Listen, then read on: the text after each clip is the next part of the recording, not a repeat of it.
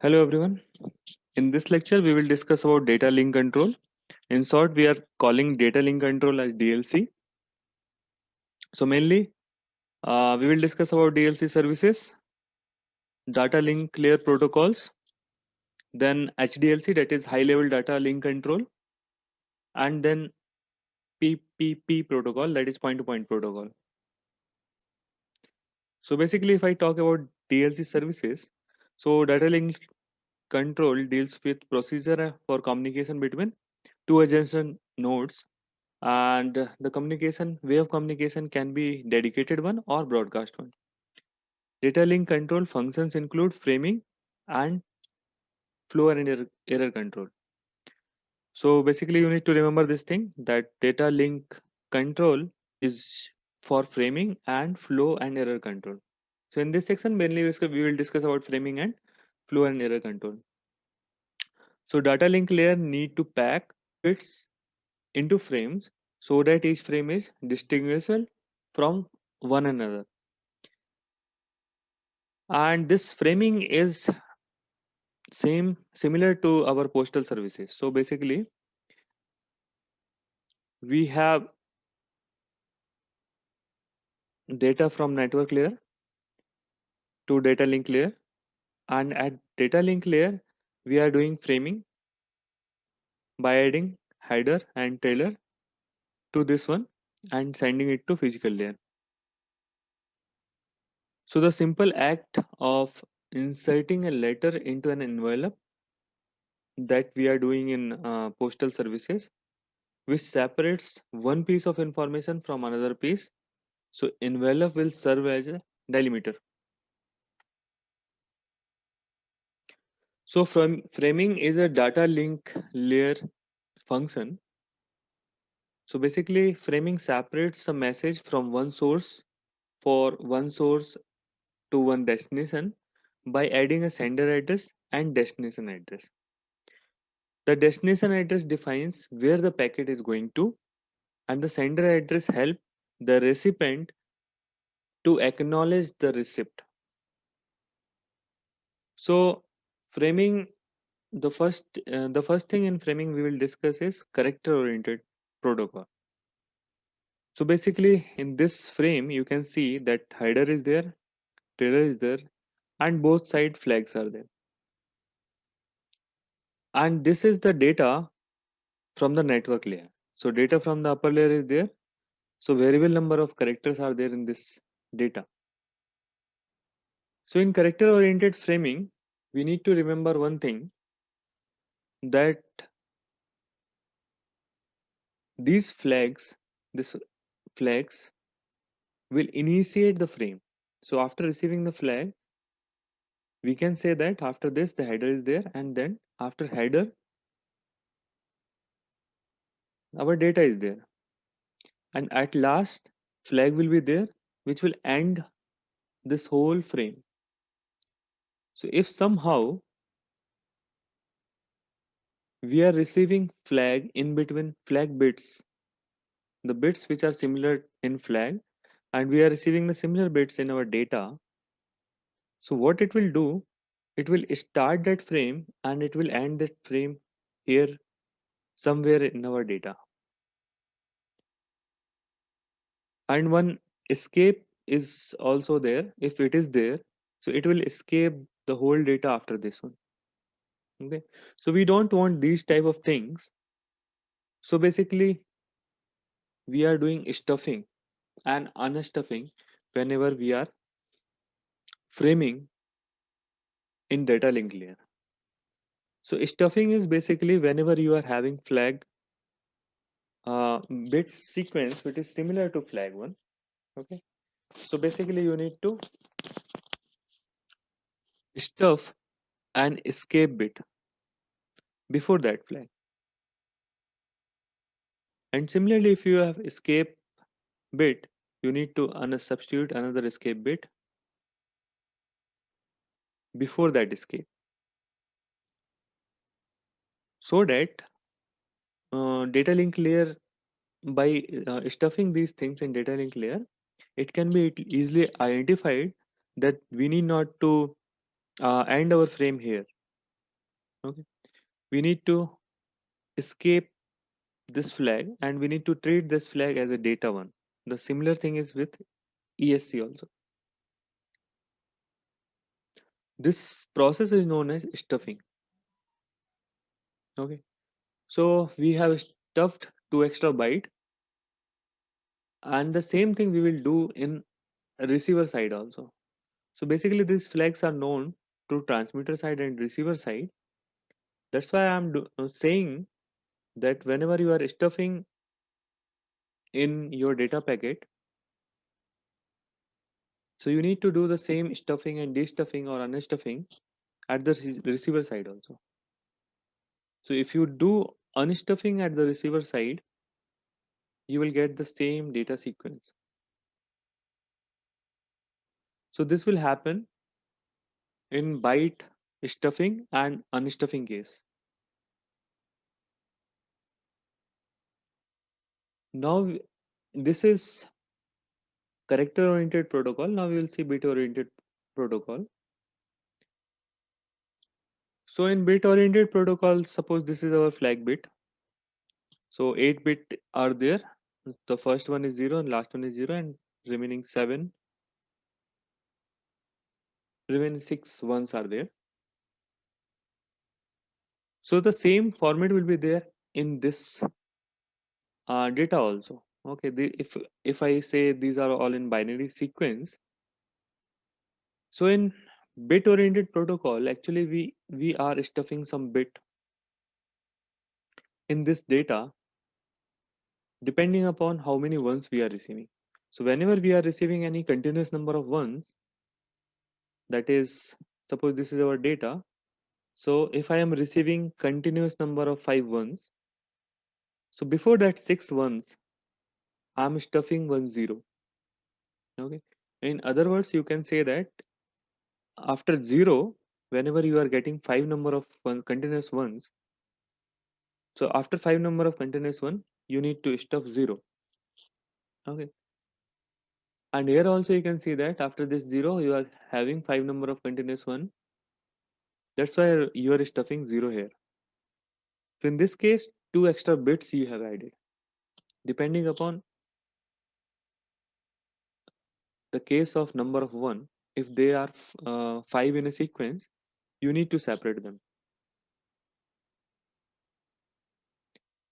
The same thing is known to receiver also, and removing of this bit, 2 extra bit, in this case is known as unstuffing. So after unstuffing, you will get the same data, whatever you are receiving from the upper layer. Okay, so here you are receiving from the upper layer, that is network layer, and after transmission at the receiver side, after unstuffing, you are sending that data to upper layer.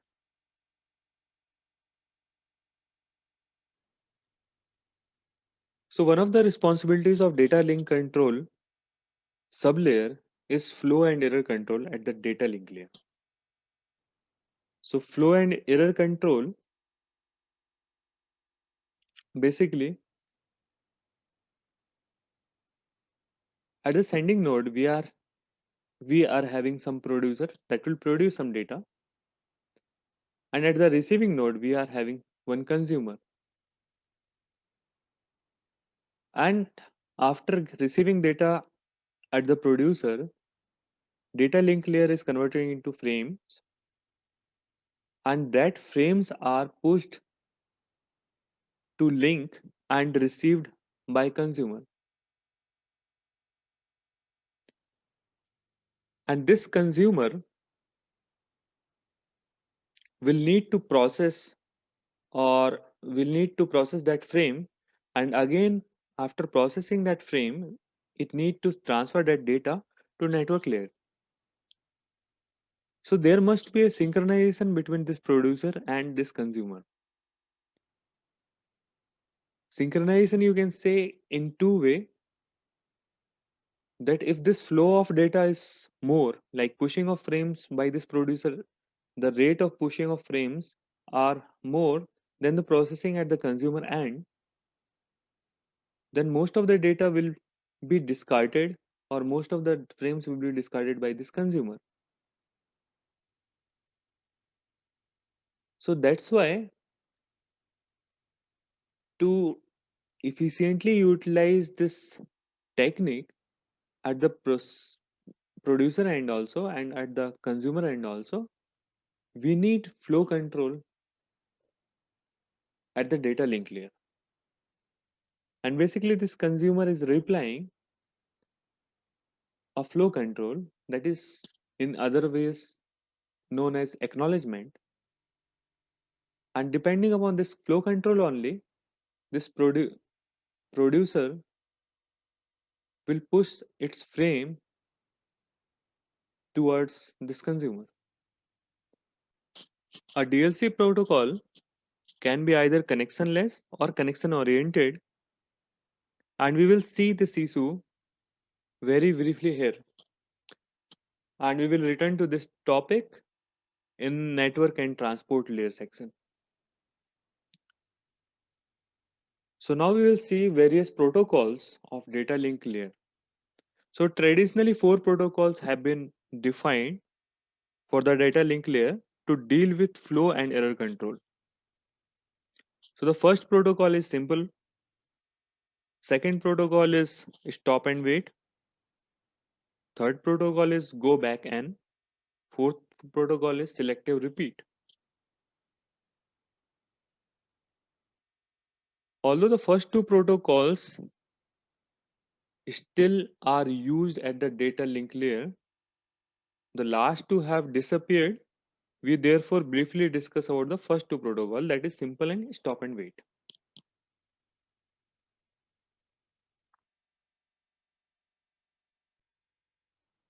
So you already know that in finite state machine, basically from state 1 to state 2, you need to perform some actions.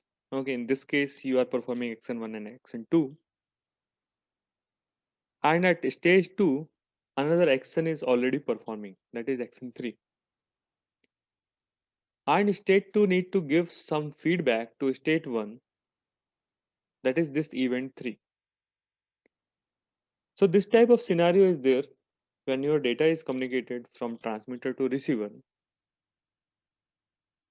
So at the transmitter side, your data will be collected from the network layer, it will be framed, and then it will be pushed towards the receiving side. At the receiving side, your data will get processed and then it will send to the network layer of receivers. And one acknowledgement will be sent to the sender side so that it can push another frame towards the receiver. So our first protocol is the simple protocol with neither flow nor error control. So in this simple protocol, we assume that the receiver can immediately handle any frame it receives. In other words, the receiver can never be overblamed with incoming frames. Okay, the same thing we have seen previously also. We are supposing that whatever transmitter is transmitting and whatever receiver is receiving, and they are in a synchronous manner, and receiver can easily be able to process whatever received by the from the channel, and there will be no queue or no discarding of date frame at the receiver side. So a simple protocol we can see in this block diagram, that network layer having some data, that data is sent to data link layer, and at data link layer it forms some frame, and that frame will be pushed through some link to the receiver side, and at the receiver side this is processing and retrieving data from that frame and transferring that data to network layer. And all this process is in a synchronous way, and no discard of frame will be there at the receiver side. So this will be a simple protocol. So if we say what will happen at the sending node, so sending node packet will come from the network layer, and data link control or data link layer will make frame and send it. At the receiving end, frame will arrive, it will process in data link layer and deliver the packet to network layer. So these things will be there in a synchronous manner in simple protocol. Okay, so now with the help of this figure, we saw an example of communication using this protocol, and it is very simple. The sender sends frame one after another without even thinking about the receiver. So this is our sender side. So this is network layer, this is data link layer, and this is the receiver side. This is data link layer, and this is the network layer. And we will talk with respect to time. So the first thing will happen that the network layer sends some packet to data link layer. Data link layer will create frame and send it to the receiver or push it to the receiver side. After getting that packet, it will process, this receiver will process and retrieve packet from that frame, and the same process will start again at the network side of the sender. And you can see here that this time is ending here, and after this time only the next process is starting, so that this receiver end will not be overburdened, and these two will be easily be there in synchronized mode. So in this case, you are seeing that no acknowledgement is there from the receiving side, and the same process will repeat. The packet will get transferred to data link layer. Frame will be created in data link layer. Frame will be pushed into the link towards receiver side, and receiver will extract packet from that frame. After simple protocol, we will discuss about stop and wait protocol. So which uses both flow and error control. Previously, we haven't used any flow or error control in a simple protocol. So in this protocol, the sender sends one frame at a time and wait for an acknowledgement before sending the next one. So this is very important. The sender will send only one frame and waits for acknowledgement. Okay, suppose if the acknowledgement is not received, then after timeout only it will resend that frame. Okay, so that is called, this protocol is known as stop and wait protocol. So to detect corrupted frame, we need to add cyclic redundancy check CRC, which we have seen in the previous lecture, to each data frame. So now we will see using block diagram how this stop and wait protocol is working. So basically, in this block diagram, your data is there at the network layer. Data will be transferred to data link layer, and at data link layer,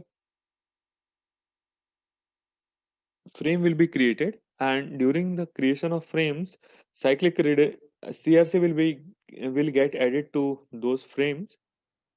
Okay, so after completion of frame with CRC, this get pushed into the network. So this is your frame. It get received by receiver end, and after processing, data get extracted from there, and this is your data. And after data extraction, it will create an acknowledgement again with the CRC. This acknowledgement, when will be sent back and received by the sender end for completion of transmission of this frame from here to here. Okay, this is the whole process. Okay, and when it is sending, a timer will be there, so this timer will run. Okay, if suppose your message will not, or your frame will not be delivered, or something happen, so due to this timer, it will, this sender will resend frame, and we will see this case later on.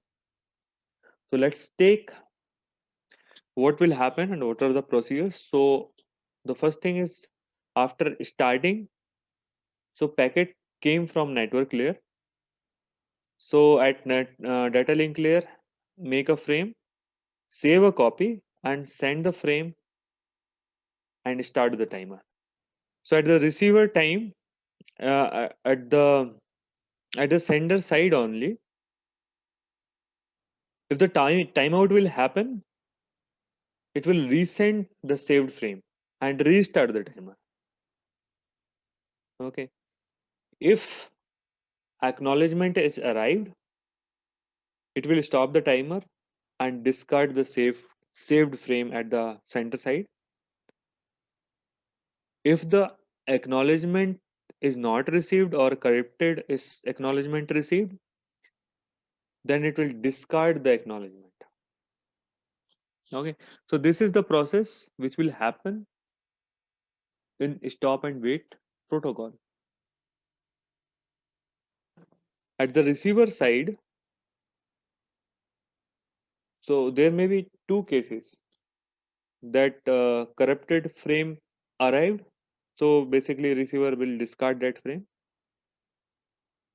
If error free frame will arrive, it will extract and deliver the packet to network layer and send acknowledgement.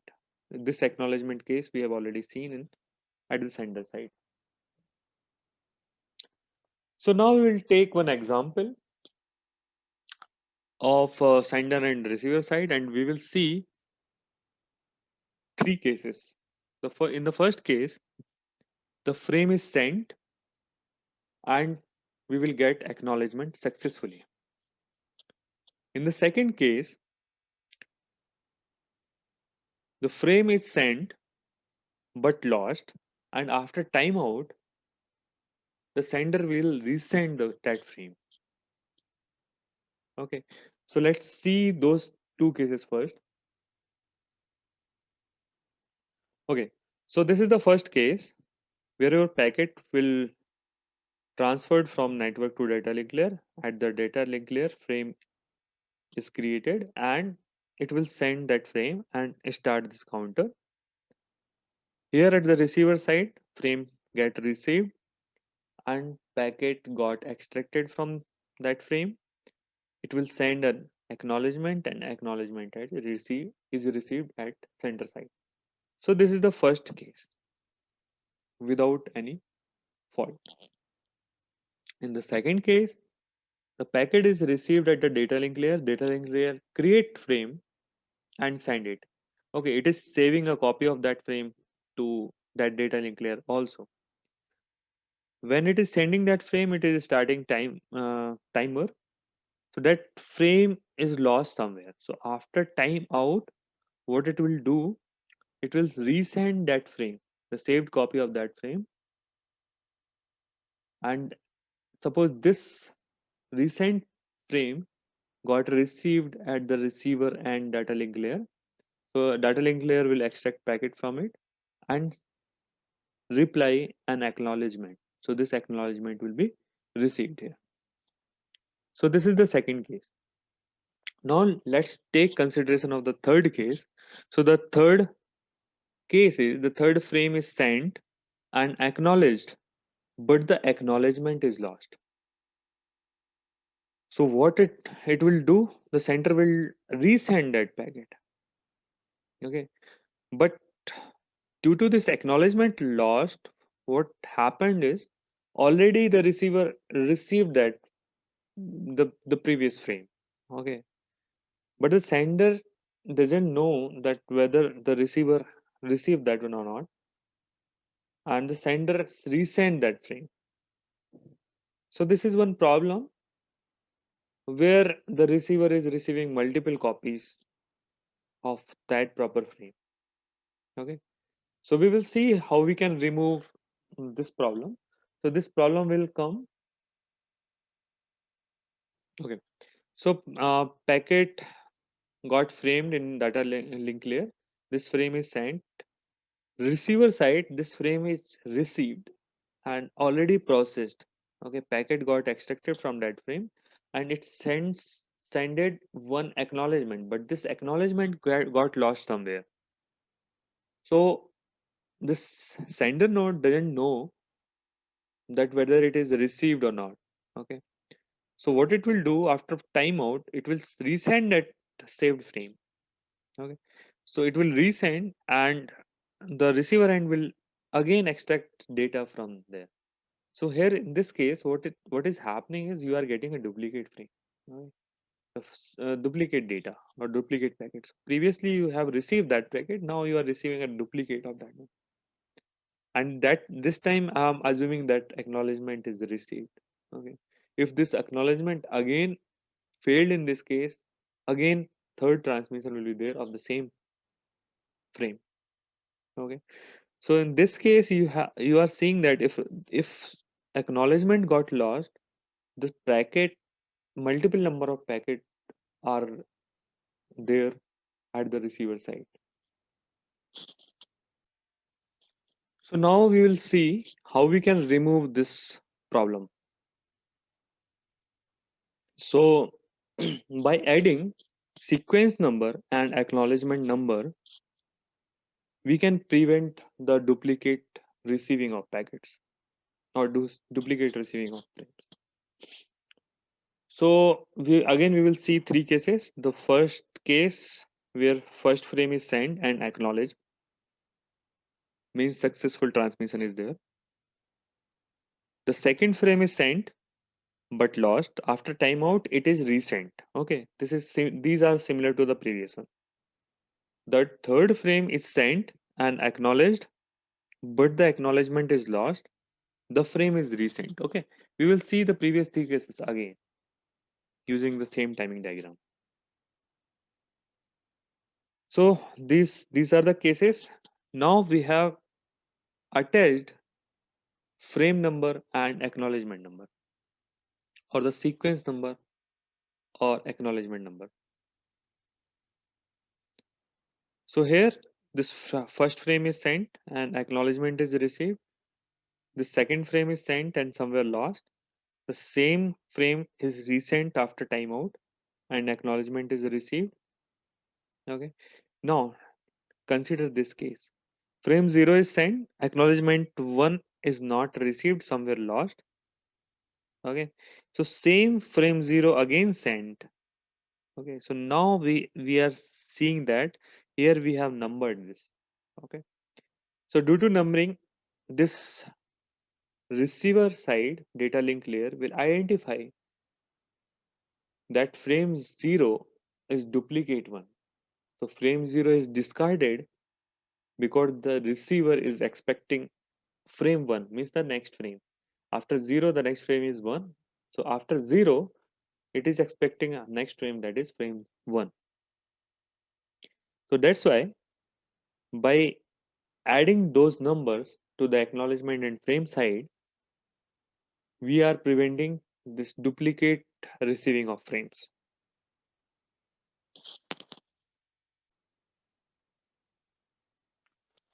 So till now we have seen two protocols, that is simple protocol and stop and wait protocol. So the two protocols we discussed in this chapter or in this section are designed for unidirectional communication, in which data is flowing only in one direction and the acknowledgement is traveling in the other direction. So protocols have been designed in the past to allow data to flow in both the directions. However, to make communication more efficient, the data in one direction is piggybacked with the acknowledgement in the other direction.